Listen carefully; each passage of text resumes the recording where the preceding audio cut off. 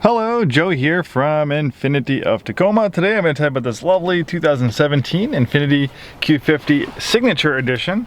The Signature Edition is a special edition Infiniti offered only for 1 year. Periodically Infiniti would come up with special edition products, and 2017 is a great year for the Q50 because it got a number of revisions. Mostly in 2016 it received a new twin turbo Vr30 engine. This example only has 22,077 miles at the time of making this video. We acquired this off lease directly from Infiniti Financial Services. It's one owner clean Carfax. We do have a complimentary Carfax report. Very low miles.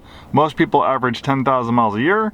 Coming off a 39-month lease, the lowest mileage you can do on an Infiniti lease is 10,000 miles a year. So this person didn't utilize all their miles.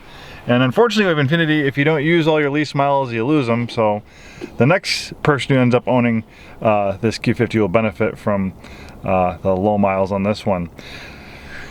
Beautiful dual display system. The Q50 is actually one of the first vehicles of its kind to have a dual display system like this.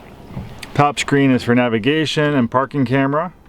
The bottom screen is a tablet-like interface for vehicle settings and apps. There's a drive mode selector. You can operate it here, or you can operate it here.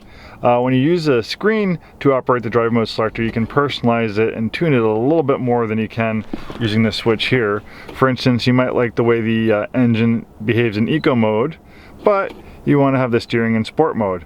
So you can do stuff like that. Here we have active trace control. Active trace control will individually brake wheels to help the vehicle rotate a little bit better through corners, and you can shut that on or off.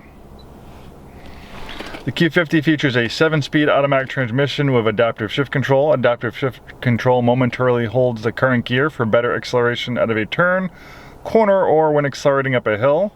It also has a manual shift mode too. You pull the shifter back and to the left, you push up to upshift, back to downshift. It will provide rev match downshifts for a sportier sound and feel. This one has an automatic dimming mirror with universal garage door opener, moonroof, nice leather wrapped steering wheel that tilts and telescopes.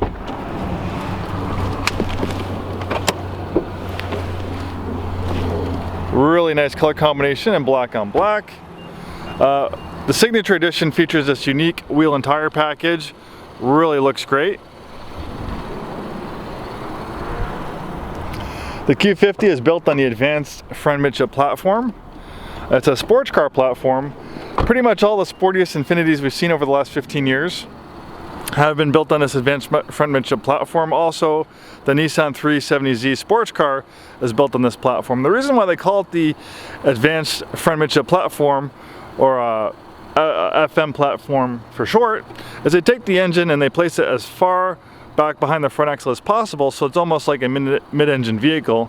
So their center of gravity is pushed towards the middle of the vehicle for as close to 50-50 weight distribution as possible. That makes the vehicle more balanced and improves the handling and feel through the corners.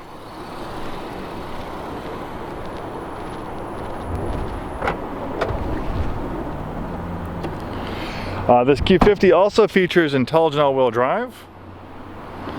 The reason why it's intelligent is because when all-wheel drive is not needed, it will be 100% rear-wheel drive during normal driving conditions like this. But as soon as those rear wheels slip, in a matter of milliseconds, almost instantly, it can send up to 50% of the vehicle's power to the front wheels. The reason why they have a rear-wheel drive biased all-wheel drive system, for a number of reasons. If the all-wheel drive system was constantly working all the time, even though it was not needed, it's going to chew through your tires faster, and it's also going to reduce your gas mileage.